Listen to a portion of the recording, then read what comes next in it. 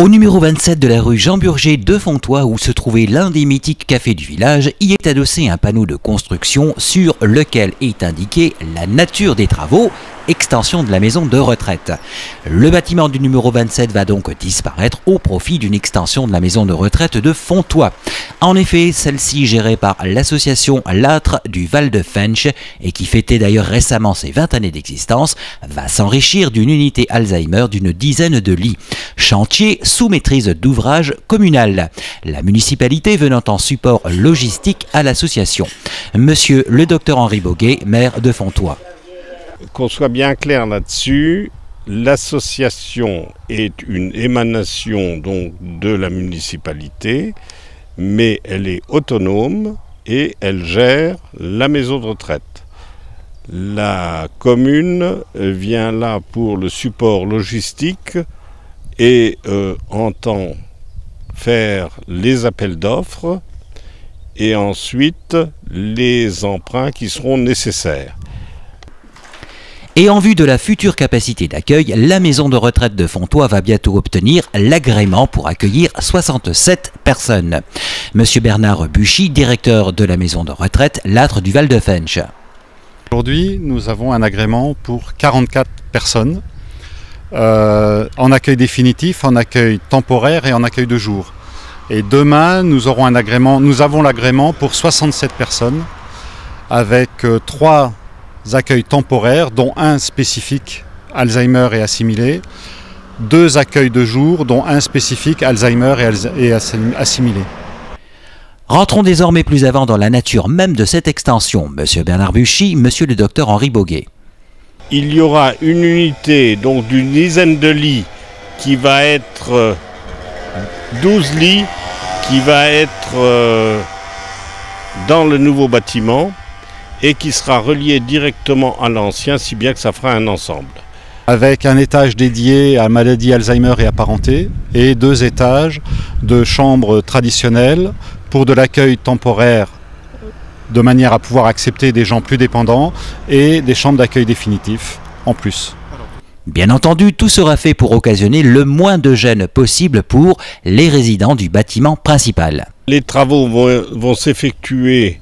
Ils vont certainement perturber les conditions d'exploitation de l'unité actuelle, mais nous ferons en sorte qu'ils s'intègrent correctement et que les patients ne soient pas trop perturbés par ces travaux. Donc comme c'est une extension, nous avons fait le choix pour déranger le moins possible les résidents et le fonctionnement de la maison.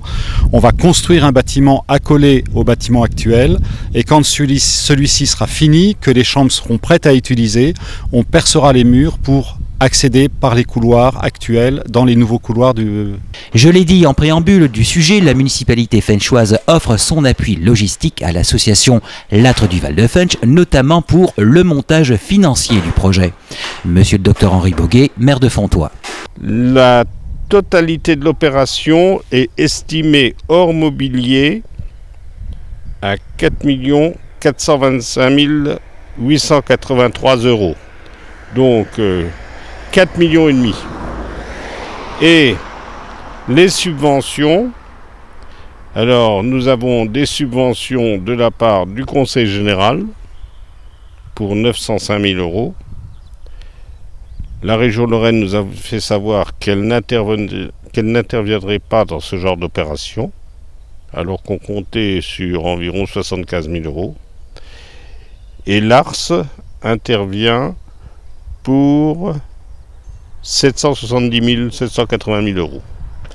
Le reste sera financé par emprunt. Et bien sûr, emprunt fait au nom de la commune, qui seront remboursés par l'association et qui seront pris en compte dans le prix de journée de l'association.